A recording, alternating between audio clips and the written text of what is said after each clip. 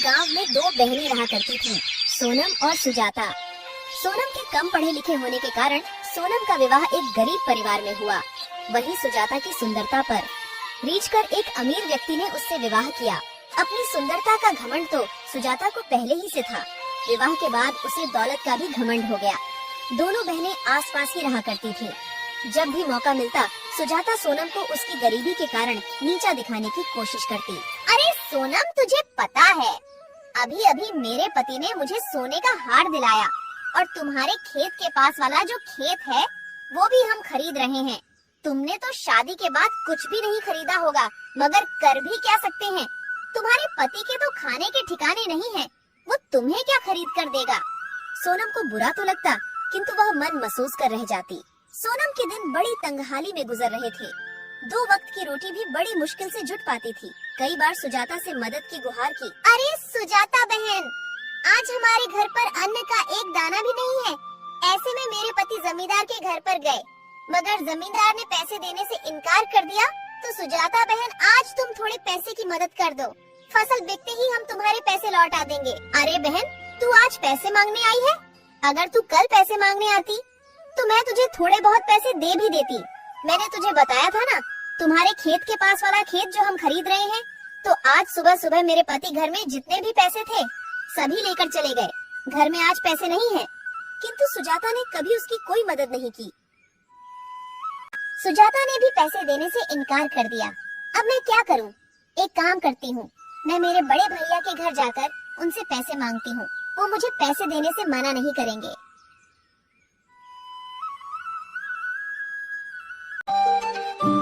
आगे बढ़ने पर उसे एक बूढ़े बाबा दिखाई पड़े। अरे बाबा, इतनी गर्मी में आप ये भारी मटका लेकर कहाँ जा रहे हो? कहीं नहीं बेटी, बस ये पास वाले गांव में मेरा घर है, वहीं ये पानी का मटका लेकर जा रहा हूँ। अच्छा, मैं भी गांव की ओर जा रही हूँ। लाओ अपना ये मटका मुझे दे दो। नहीं बेटी नहीं, मैं तो ले जाऊंगा ये मटका, तू क्यों तकलीफ उठाती है? अरे बाबा, मैं भी तो तुम्हारी बेटी जैसी हूँ। लाओ दे दो मुझे ये मटका। मटका ले लिया। दोनों साथ साथ गांव पहुँचे। सोनम ने बूढ़े बाबा के घर तक मटका छोड़ दिया। ठीक है बाबा, अब मैं चलती हूँ, और अपने भाई के घर पहुँच गई। मगर उस समय भाई घर पर नहीं था। अरे भाभी, भैया कहाँ पर हैं? वो अभी घर पर नहीं है। अरे मुझे भैया से जरूरी काम था। क्या काम है? मुझसे कहो। अरे भाभी, मैं क्या बताऊँ, अभी हमारे घर के हालात बहुत खराब हैं। हमारे पास 2 वक्त के खाने के भी पैसे नहीं हैं। तो इसमें हम क्या कर सकते हैं? हमारे पास कोई पैसों का पेड़ है जिसमें से पैसे तोड़कर तुम्हें हम दे दें। हमारे पास अभी पैसे नहीं हैं। ठीक है, पैसे मांगने के अलावा कोई काम हो तो बताओ, वरना यहाँ से जाओ। ठीक है भाभी, मैं चलती हूँ। भाभी ने उसे घर से भगा दिया। दुखी होकर वह अपने गांव वापस लौटने लगी। अरे बेटी, इधर आओ। अरे बेटी, तू इस गांव में किसके घर आई थी? अरे बाबा, मैं वो अपने भैया के घर पर उनसे मदद मांगने आई। मगर सोनम ने अपनी पूरी कहानी बाबा को बताई। बेटी ले, तो इन तीनों घड़ों में से एक घड़ा ले ले। क्यों बाबा? अरे बेटी, तू इतनी दूर से पैदल चलकर आई है और पैदल ही चलकर तुझे जाना है। बेटी, अगर तुझे रास्ते में भूख लगे तो ये घड़े के अंदर लड्डू है, तो वो लड्डू खा लेना बेटी। नहीं बाबा, मुझे नहीं चाहिए। आपने मुझसे पूछा, वो ही बहुत है।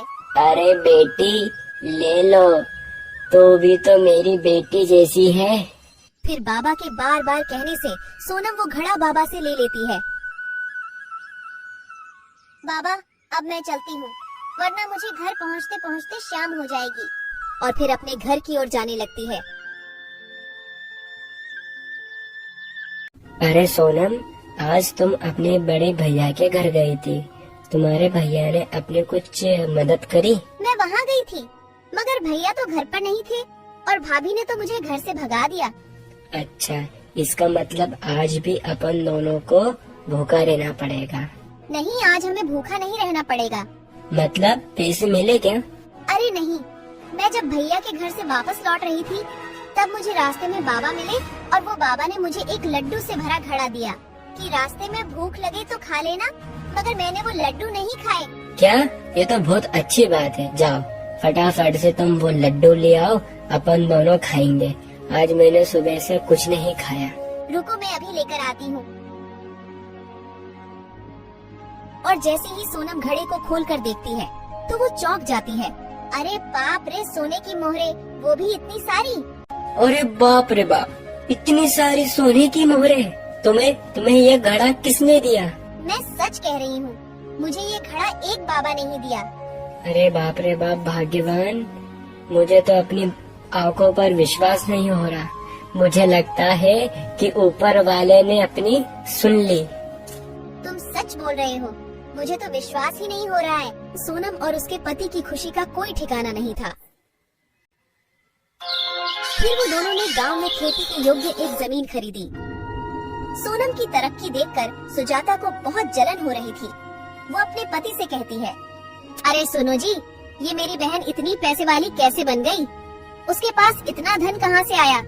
कुछ दिन पहले तो ये मेरी बहन भिखारी जैसे अपने घर पर भीख मांगने आई थी, और अब तो हमसे भी ज्यादा पैसे वाली हो गई। हाँ, मैं भी वो ही सोच रहा हूँ। पहले तुम्हारी बहन का पति लोगों के खेत में दिहाड़ी से काम करता था, और एकदम से इतना पैसा कहाँ से आया? मगर अभी कुछ दिन पहले मैंने तुम्हारी बहन को तुम्हारे भाई के घर की ओर जाते देखा था। क्या, भैया के घर की ओर? हाँ, मुझे तो लगता है भैया के घर से ही इतनी सारी धन दौलत लेकर आई होगी। मगर तुम्हारा भाई कैसा है, जो सारा धन तुम्हारी छोटी बहन को ही दे दिया? उसकी बहन तुम भी तो हो ना। भाई के लिए तो दोनों बहन सामान्य हैं, तो फिर दोनों बहनों को बराबर का हिस्सा देना चाहिए। तुम बिल्कुल ठीक बोल रहे हो। भैया की संपत्ति पर जितना उसका अधिकार, उतना ही मेरा अधिकार है। अपन कल सुबह ही मेरे भाई के घर चलेंगे। फिर वो दोनों सुबह सुबह अपने बड़े भैया के घर उनसे मिलने जाते हैं। उन्हें भी रास्ते पर वही बाबा दिखाई पड़ते हैं। अरे बेटी, तुम जरा ये मटके को उठाकर मेरे कंधे पर रख दोगी क्या बेटी? क्या तुम अपना काम खुद नहीं कर सकते हो क्या? मैं बूढ़ा हो गया हूँ बेटी, मुझसे ज्यादा वजन नहीं उठता। बस तुम ये मटके को मेरे कंधे पर रख दो बेटी। बेटी रख दो। तो क्या हमसे पूछकर बुढ़ा हुआ था? खुद ही तो बुढ़ा हुआ है। अरे भाग्यवान, तुम भी कहाँ इस बुढ़े की बातों में आ रही हो? जल्दी जल्दी चलो, हम घर पहुँचने ही वाले हैं। मगर सुजाता ने उन बाबा की कोई मदद नहीं की। वह उसके भाई के घर पहुंच जाती है। अरे भैया भाभी, अभी कुछ दिन पहले छोटी बहन सोनम यहाँ पर आई थी क्या? हाँ सुजाता, थोड़े दिन पहले सोनम आई थी, मगर मैं उससे नहीं मिला। जब वो घर आई थी मैं बाहर शहर था, उससे केवल तुम्हारी भाभी ही मिली। भाभी, तुमने उसे कुछ दिया था क्या? नहीं, मैंने तो उसे कुछ भी नहीं दिया। हमारे पास कुछ होगा तो ही तो उसे देंगे। अच्छा, इसका मतलब आपने उसे कुछ नहीं दिया। ठीक है भैया, हम चलते हैं। अरे अभी तो तुम दोनों आए हो और इतनी जल्दी जा भी रहे हो, खाना तो खाकर जाओ। नहीं, हम यहाँ से निकल रहे थे तो हमने सोचा कि भैया से मिलते हैं। ठीक है, हम चलते हैं। अरे भैया ने तो उसको कुछ भी नहीं दिया, तो फिर उसे इतना सारा धन माया फिर कहाँ से मिला? मैं भी वही सोच रहा हूँ। इतनी धूप में चलने के बाद मुझे बहुत जोर की प्यास लग रही है। तुम्हें भैया के घर पर प्यास नहीं लगी क्या? तुम जाकर कहीं से जल्दी से पानी लेकर आओ, मुझे चक्कर जैसा लग रहा है। उन्हें एक झोपड़ी दिखती है, वह झोपड़ी उन्हीं बाबा की थी। बाबा, एक लोटा पानी मिल सकता है क्या? क्यों नहीं बेटी, आओ आओ मेरे घर के अंदर आओ। बाबा, हमने तो तुम्हारी मदद करने से इनकार कर दिया था, तो भी तुमने हमें पानी दिया है। तो क्या हुआ बेटी, वो तुम्हारा कर्म था, ये मेरा कर्म है। यहाँ पर जितने भी ये घड़े रखे हैं, ये कोई साधारण घड़े नहीं है। ये घड़े मनुष्य के कर्मों और मनुष्य की अच्छी नियत के परिणाम देने वाले घड़े हैं। क्या इंसान? बाबा, मैं तुम्हारी बात अच्छे से समझ गई। यह कर्मों के घड़े हैं। अपना जैसा कर्म होगा, इस घड़े में से अपने कर्मों के अनुसार फल मिलेगा। ठीक कहा बेटी, बिल्कुल ठीक कहा। बाबा, आपको विपत्ति ना हो तो एक घड़ा क्या हमें आप दे सकते हैं? हम भी हमारा कर्म आजमा कर देखते हैं। ले लो, तुम भी एक घड़ा ले लो, तुम भी अपने कर्म और अपनी नियत का फल पाओ। सुजाता को भी बाबा ने एक घड़ा दे दिया और वो दोनों वहाँ से चले जाते हैं। फिर रात के समय जैसे ही वो घड़ा खोलते हैं, उनके घड़े में से बहुत सारे कीड़े निकलने लगते हैं। बाप रे बाप, अपने घड़े में से तो कीड़े निकले। पर क्या गलत निकला? अपने कर्मों के हिसाब से अपन को ये बिल्कुल सही मिला है। अपन बहुत लालची थे। तुम्हारी बहन बेचारी इतनी मजबूरी की मारी अपने पास कुछ पैसे की मदद मांगने आई थी, लेकिन अपन ने उसकी मदद नहीं करी। कर्म ऐसे करने के बाद अपन अच्छे फल के परिणाम की अपेक्षा कैसे कर सकते हैं? तुमने बिल्कुल ठीक कहा। मुझे अपने पैसे का बहुत घमंड था। मैंने मेरी बेचारी बहन की मजबूरी नहीं समझी। मैं कैसे भी करके बस अपनी अमीरी से उसे नीचा दिखाती। सुजाता और उसके पति को अपनी गलती का बहुत पछतावा हो रहा था।